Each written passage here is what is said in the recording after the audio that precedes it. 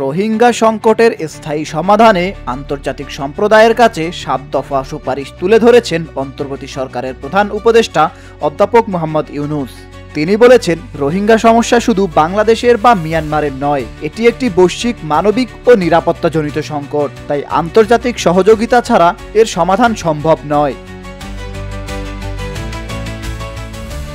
মঙ্গলবার নিউ ইয়র্কে জাতিসংঘের সদর দপ্তরে অনুষ্ঠিত মিয়ানমারের রোহিঙ্গা মুসলিম ও অন্যান্য সংখ্যালঘুদের পরিস্থিতি বিষয়ক উচ্চ পর্যায়ের সম্মেলনে বক্তব্য দেন ডক্টর মোহাম্মদ ইউনূস। সেখানে আন্তর্জাতিক নেতৃবৃন্দ, কূটনীতিক ও মানবাধিকার সংস্থাগুলোর উদ্দেশ্যে তিনি ৭ দফা প্রস্তাব উপস্থাপন করেন।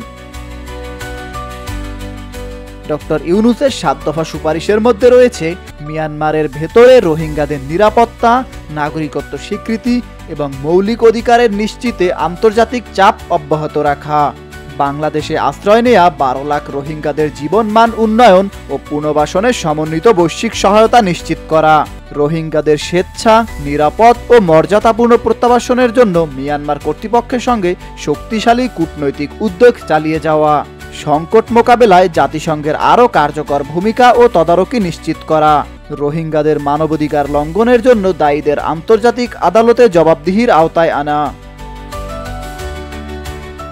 মানব পাচার, সন্ত্রাসবাদ ও অনিশ্চয়তা মোকাবেলায় আঞ্চলিক সহযোগিতা বাড়ানো এবং মিয়ানমারে একটি অন্তর্ভুক্তিমূলক রাজনৈতিক প্রক্রিয়া গড়ে তুলে আন্তর্জাতিক সম্প্রদায়ের কার্যকর পদক্ষেপ নেয়া। ডক্টর ইউনূস বলেন, রোহিঙ্গা সংকট দীর্ঘায়িত হলে তা শুধু বাংলাদেশ নয়, পুরো অঞ্চলের স্থিতিশীলতার জন্য হুমকি হয়ে দাঁড়াবে। তাই এখনই যৌথভাবে পদক্ষেপ নেওয়া জরুরি।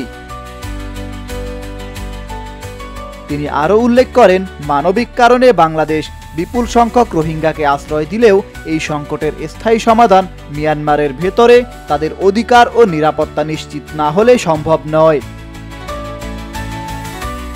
বিশ্লেষকদের মতে, আন্তর্জাতিক পরিসরে ডক্টর ইউনূসের এই ৭ দফা সুপারিশ রোহিঙ্গা ইস্যুতে নতুন করে আলোচনার ক্ষেত্র তৈরি করবে এবং বৈশ্বিক মহলে কার্যকর পদক্ষেপ নেয়ার চাপ বাড়াবে। মোহাম্মদ রাফি, স্বদেশ প্রতিদিন।